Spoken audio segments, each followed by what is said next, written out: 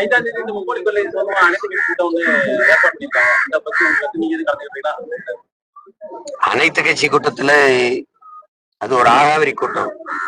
நான் அதான் காலையில கேட்டதா.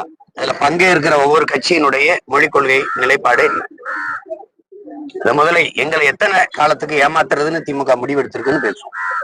இந்த காங்கிரசினுடைய மொழிக் கொள்கை என்ன, அது மும்மொழி கொள்கையை ஏற்குதா எதிர்க்குதா, அது தெளிவுபடுத்தணும். புதிய கல்விக் கொள்கையை ஏற்கிறீர்களா எதிர்க்கிறீர்களா? தொகுதி சீரமைப்பு இருக்குல்ல, தொகுதி சீரமைப்புல இதுல கம்யூனிஸ்டுகள், அது காங்கிரஸ், இந்த கட்சிகளுடைய நிலைப்பாடு என்ன? இது இன்னைக்கு வரல.